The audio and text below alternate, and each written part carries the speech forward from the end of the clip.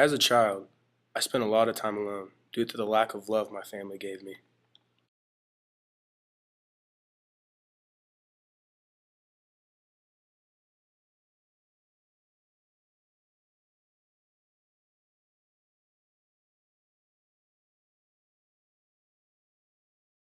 When my mother married my stepfather, I felt more depressed.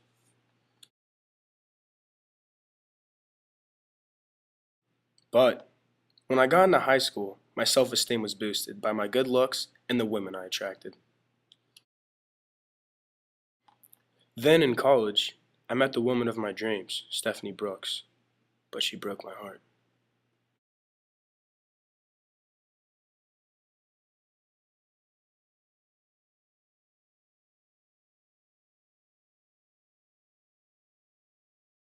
Linda Ann Healy. I remember going to bed early that night.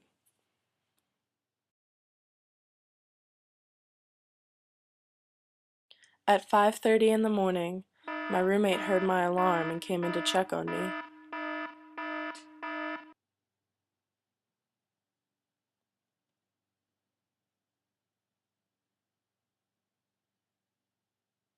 But I wasn't there.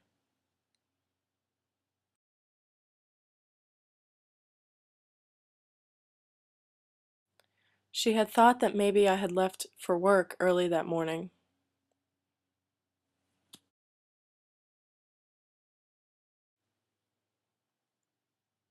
But when she saw my bike at the bottom of the steps, she knew something was wrong.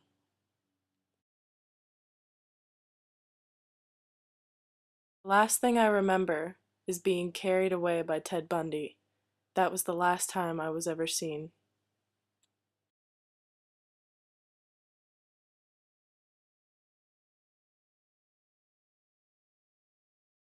Susan Rancourt. I was studying for an upcoming exam before heading into a meeting. I remember suddenly feeling something sharp hit my head.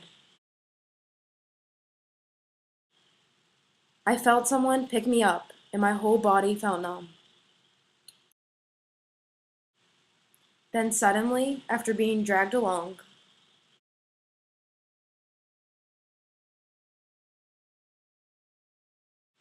everything went black, and I fell to the ground.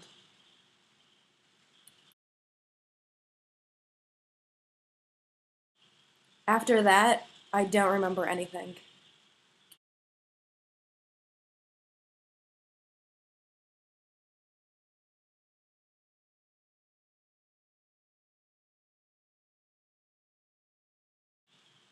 All I remember is the look on Ted Bundy's face.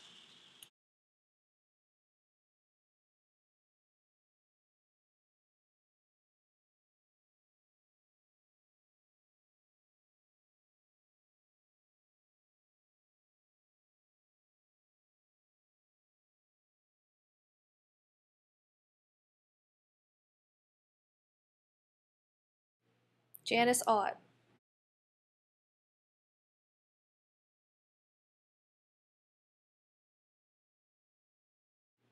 I remember sitting in the park that day, reading my favorite book. Suddenly, I saw a man approach me on crutches. I didn't even think anything of it when he asked for my help.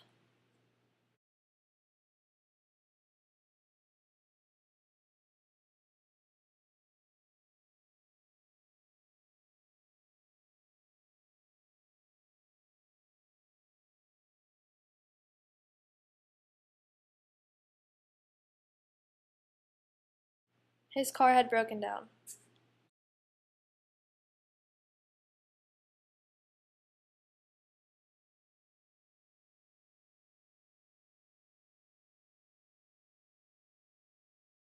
All I remember is feeling my body being dragged across the cold, wet grass.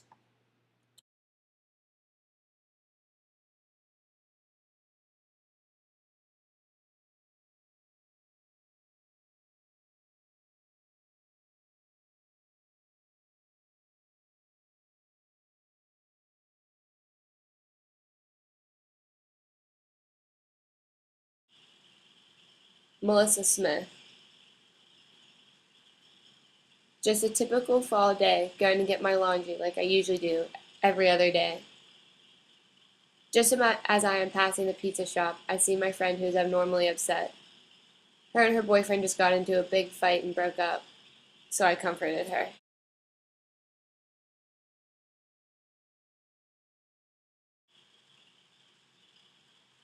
After seeing her, I went to pick up my laundry because I'm headed to a party later this evening.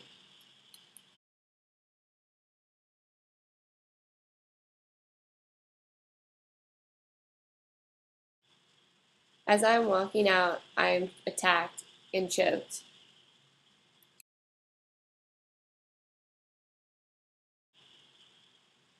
The last thing I remember was being dragged into a car.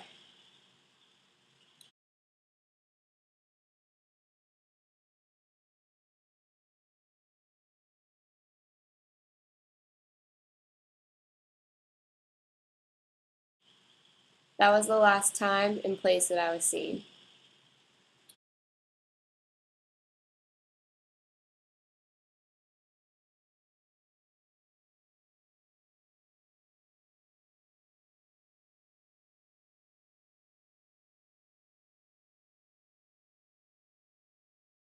Five, where we as children were the focus of my parents' lives, where we regularly attended church, two Christian parents who did not drink, they did not smoke, there was no gambling, there was no physical abuse or fighting in the home. Basically, I was a normal person. I wasn't some guy hanging out at bars or a bum. I wasn't a pervert in the sense that, you know, people look at somebody and say, I know there's something wrong with them, and just tell. I mean, I was essentially a normal person. I had good friends. I led a normal life, except for this one small but very potent and very destructive segment of it that I kept very secret, very close to myself, and didn't let anybody know about it. And part of the shock and horror for my dear friends and family years ago when I was first arrested was that there was no clue. They looked at me and they looked at the all-American boy. And it happened in stages, gradually. It doesn't necessarily, not to me at least, happen overnight. My experience with, I say pornography generally, but with pornography that deals on a violent level with the sexuality, is that once you become addicted to it, and I look at this as a kind of addiction, like an addiction, you keep craving something which is harder, something which gives you a greater sense of excitement, until you reach the point where the pornography only goes so far.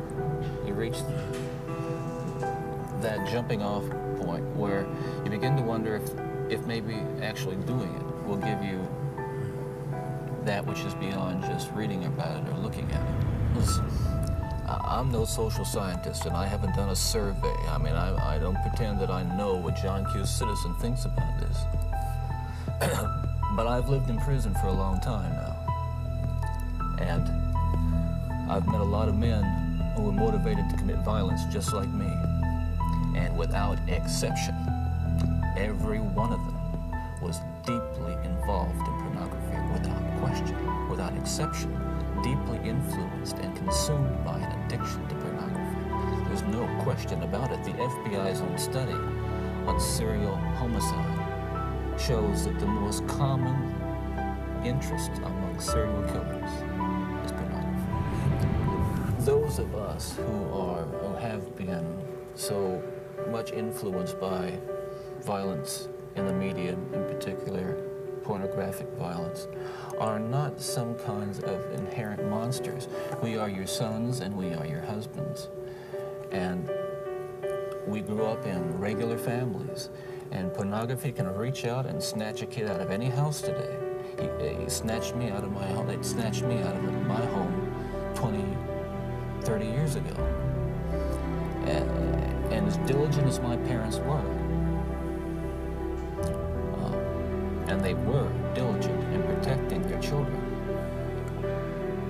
and as good a Christian home as we had, and we had a wonderful Christian home, there is no protection against the kinds of influences that are loose in a society that tolerates.